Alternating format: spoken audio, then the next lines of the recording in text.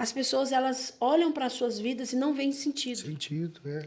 Elas não veem que elas podem contribuir, elas sentem como mais uma na multidão, sabe? Como eu disse aqui, você não está perdido, você não está à deriva, ainda que você pense assim, mas eu não sou famoso. Mas eu não sou isso. Tem tantas pessoas que fazem tanta diferença. Quando nós olhamos para o Criador, a gente permite que ele venha colocar os valores dele no nosso coração, dentro de nós.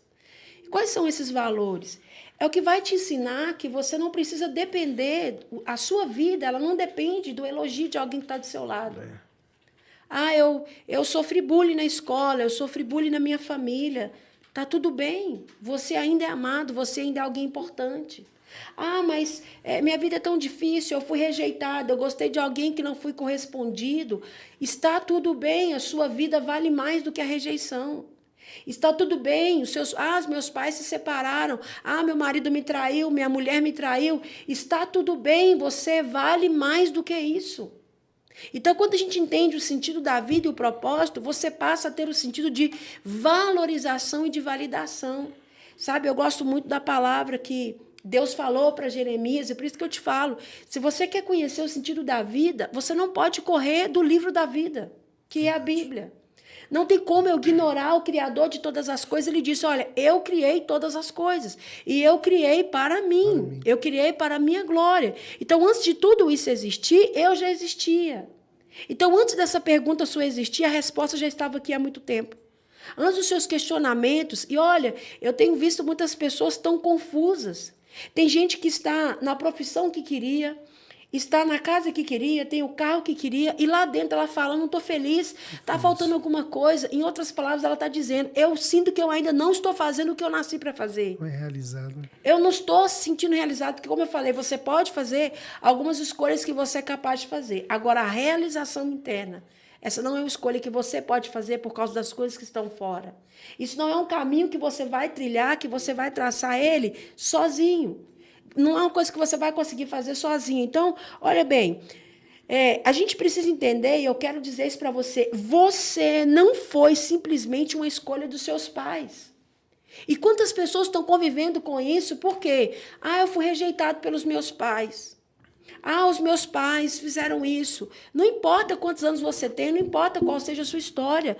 Hoje você precisa saber que o sentido da sua vida e o propósito se explica que você não foi uma escolha somente dos seus pais. Você foi uma escolha de Deus. Sim. Se essa palavra disse, ela é verdadeira e é Deus que disse, ele falou, olha, eu criei todas as coisas. Antes eu já estava. Quem criou seus pais? Foi Deus. Foi Deus. Então, antes dele, nós já víamos, Deus falou, você não é uma escolha dos seus pais, você é uma escolha minha. E foi isso que ele respondeu, foi isso que ele falou assim, olha, você não foi uma escolha dos seus pais, eu paguei um preço por você, pela sua alma.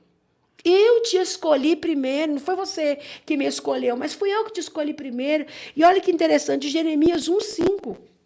Jeremias, com esse mesmo questionamento, Deus falou para Jeremias, olha aqui, Jeremias, antes que eu te formasse no ventre, sim, eu te conheci.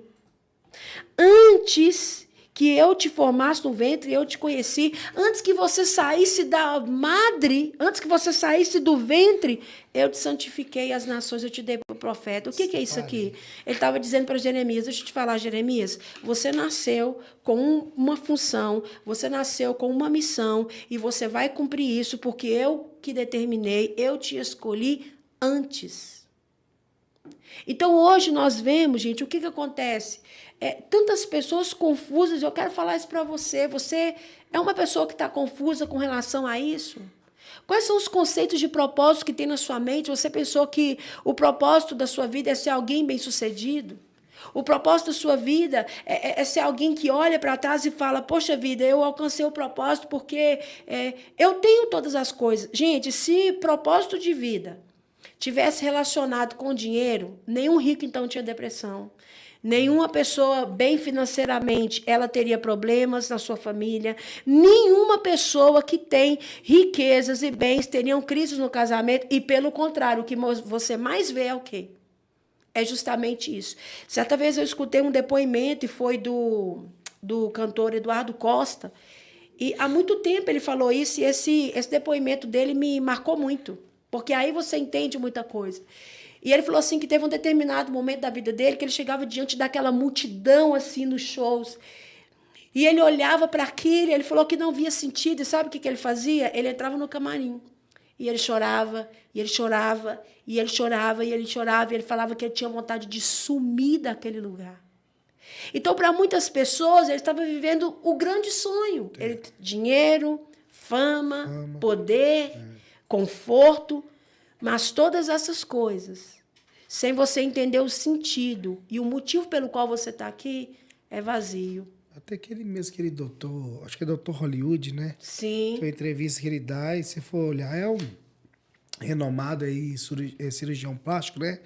Cara milionário, e ele dá uma entrevista, ele fala, questão de posses, ele tem tudo, mas ele, por não ter caminhado mediante ao propósito e não tinha entendido o sentido da vida, ele era triste. Ele falava, olha, os meus 2, 3 amigos não têm as posses que eu tenho, mas eles são felizes e eu não sou.